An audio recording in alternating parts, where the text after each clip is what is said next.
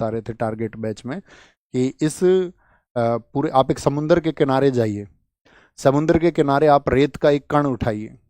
अब सोचिए वो रेत का कण उस पूरी पृथ्वी जिस पर आप रह रहे हैं उसकी तुलना में वो कितना बड़ा है। क्या आप तुलना कर सकते हैं? यस और नो? आप कहेंगे नहीं भैया, वो कण तो अत्यंत सूक्ष्म है।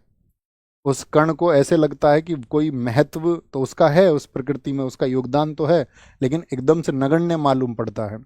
ऐसे ही मेरे प्यारे साथी आप इस यूनिवर्स को देखेंगे, इस पूरे ब्रह्मांड को देखेंगे, इस पूरे यूनिवर्स में आप जानते हैं कि खरबों आपका आकाश गंगाएं हैं। जैसे हमारी आकाश गंगा है जिसको आप एंड्रोमेडा बोलते हैं, मंदाकिनी बोलते हैं, मिल्की वे कहते हैं, ऐसी ही खरबों आकाश गंगाएं और हैं। जैसा हमारे यहाँ पर सोलर सिस्टम है ऐसे ही इस यूनिवर्स में बहुत सारे खरबों सोलर सिस्टम है।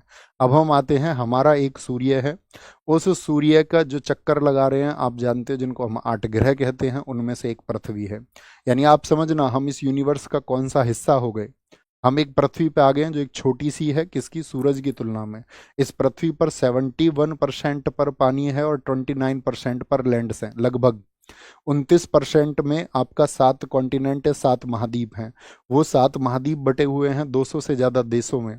उन देशों में से एक देश हमारा देश भारत है। वह भारत भी 28 राज्यों में बटा हुआ है। उन 28 राज्यों में एक आपका शहर और फिर आपका एक गांव भी है। उस गांव में आपका एक घर है जहां से बैठ के आप ये कक्षा कर रहे हैं, या एक जगह है जिस लाइब्रेरी से बैठ के आप ये कक्षा कर रहे हैं। तो क्या आपका इतना छोटा सा हिस्सा जो था वो दुनिया में नफरत फैलाने के लिए आप पैदा हुए थे? क्या दुनिया में आप जातियों में, धर्म में बंटने के लिए पैदा हुए थे? क्या आप लोगों में कमतरी का भाव देखने के लिए पैदा हुए थे? क्या आप लोगों के अंदर डर का माहौल बनाने के लिए पैदा हुए थे? या आप इस इंसानियत को और खूबसूरत बनाने के लिए पैदा हुए थे? सबसे ज़्यादा आईक्यू इस ह्यूमन बीइंग को दिया इस नेचर ने, इस प्रकृति ने, उस सृष्टि के निर्माता ने।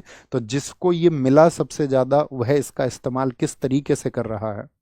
वह इसका इस्तेमाल कर रहा है नफरत फैलाने में। तो मैं तुमसे बस इतना बात कहूंगा कि आप आज़ाद रहना,